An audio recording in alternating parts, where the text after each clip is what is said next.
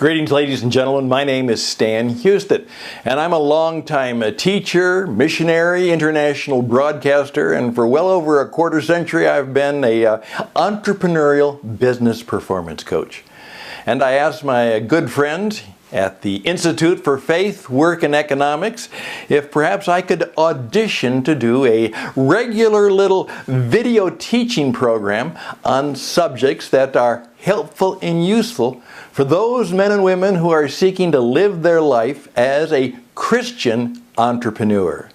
You see, that is one of my pet projects. That's right, PET. P-E-T. One of the things I'd like to do in these little sessions together is to bring to you what I hope will be practical entrepreneurial theology. Systematic thinking, sophisticated theology, and all of those explorations of Scripture I find fascinating, and I enjoy doing it. It's a little bit geeky, and I'm sure one of those kinds of guys. However, I know that as an entrepreneur, it's got to be oftentimes very practical. And I believe that Scripture comes to us primarily, maybe almost fully, to reveal the life, the ministry, and the message of Jesus Christ so that we can respond to Him and enjoy a full and flourishing life. A life that came to planet Earth not just to give us a fire escape from hell and a bus ticket to heaven, but a life to help us enjoy fully the shalom of His kingdom, to flourish, to, as we say, be fully alive. And that's why we have written a little book entitled Fully Alive, The 7 Principles and Practices of the Christian Entrepreneur. But what I would like to do is just give you some idea of what PET, practical, entrepreneurial theology might be like. First of all, let's go to the Institute. Faith, work, and economics. And certainly there's a great deal of good thinking and scholarship that we can take advantage of. And as I say, they've got some of the best and the brightest when it comes to the people who contribute to the blogs. And I do a bit of that myself, but my real calling is into the broadcast medium, into the radio and television teaching, and so that's what I would like to do.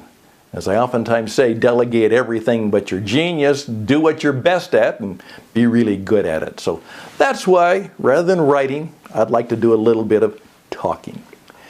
Faith, vital. We need greater faith. In effect, I oftentimes say, the world is full of anxiety. That wonderful story of Jesus in the boat is practical theology because He practiced non-anxious presence. N-A-P. Non-anxious presence in the midst of crisis. N-A-P. He was taking a nap. And then He performed the miracle. But most people missed the message. And the message was not the miracle. The message was, with Jesus, things will be okay. But we need faith. And we don't just need faith at work. The great theologian, thinker, and missionary, one of my heroes, E. Stanley Jones, went to India. And he discovered, first of all, that the people in India didn't particularly care for what he was talking about, because he claimed to have the truth.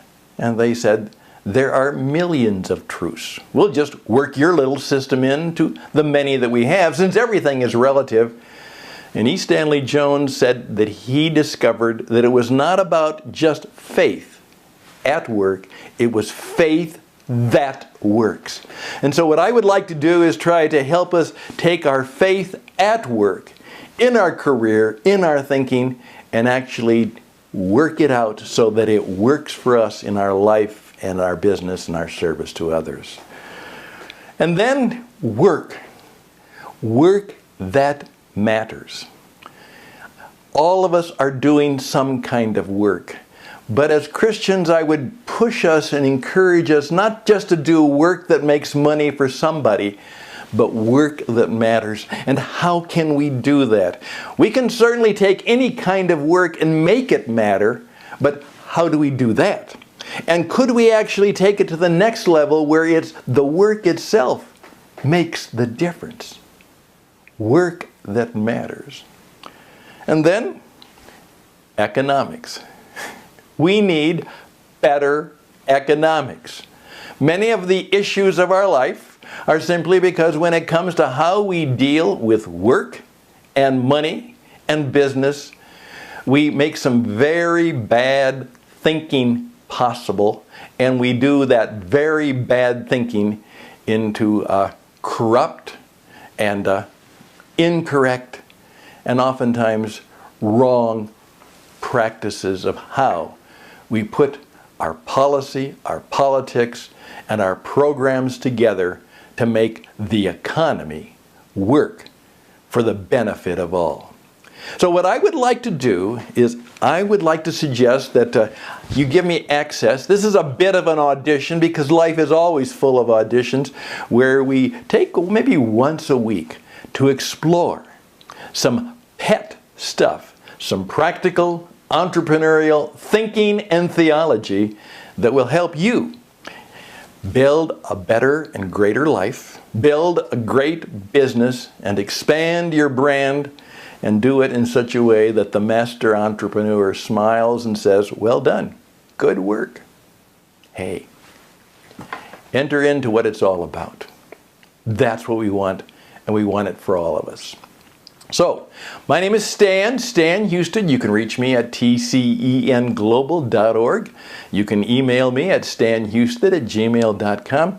And if in any way I can be helpful to you in building your entrepreneurial life, your entrepreneurial business, or your entrepreneurial creations, we would be glad if we could have the opportunity to do just that. I close by simply putting it all together. I was listening to a speaker the other day, and she caught me. She was an older woman, much older. And as a result of her experiences, and whether she got it right or wrong, she walked forward and said, "I'm going to tell you about what life is." And that caught me. I'm going to tell you about what life is. Now, I don't know if she did or if she can, but I do know that as men and women of faith, work, and economics, as followers of Jesus, we have some ideas in which we can simply say, with confidence to the world, you know what?